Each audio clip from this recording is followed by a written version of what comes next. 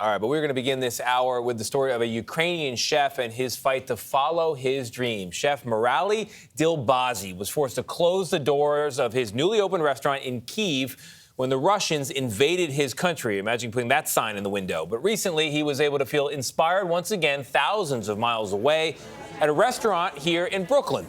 Elaine Quijano caught up with the chef and learned about his journey back to creativity in the kitchen.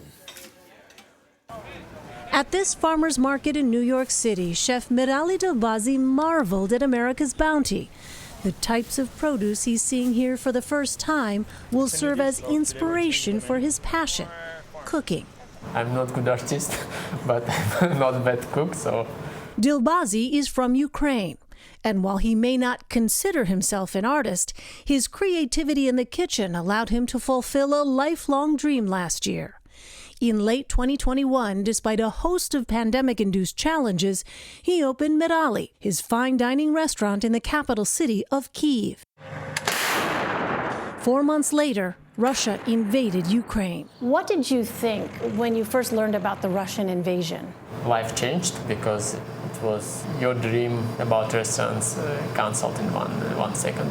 You felt like your dream was over. Yes, I felt like this. He and his general manager, Elaine Quijano, made the agonizing decision to leave Ukraine and travel to Germany. I never faced the situation when in your life the war happened. And what should we do to move on, to continue? The war forced the restaurant to close temporarily. Its pantry then served a different purpose. One CDP chef started to cook for Ukrainian military. Use all our products which we have in the fridge.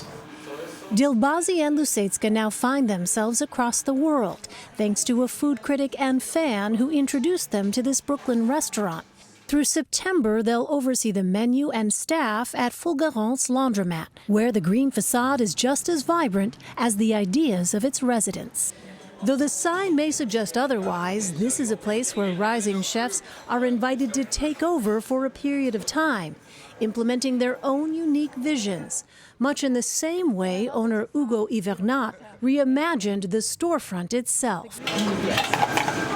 What is your mission with this restaurant? The whole idea for them is to have a space where they can create their own menu, find their own identity. So for us, it's like learning a lot of different food without changing restaurants. What is your hope in bringing a Ukrainian chef here to Brooklyn?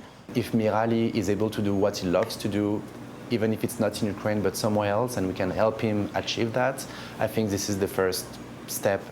Dilbazi's restaurant back home is open once again, operating with a limited bistro menu, but he's been able to recreate his fine dining operation here with a menu of dishes they served in Kyiv, crafted with traditional techniques, contemporary twists, and an emphasis on seasonality. One of tonight's offerings, a tomato. What is this dish called? We called it heirloom of tomato.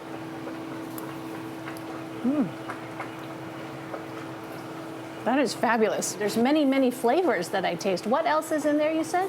Honey, it's only juice of tomato. You made the honey from the tomato juice? Yes. I have never had tomato honey.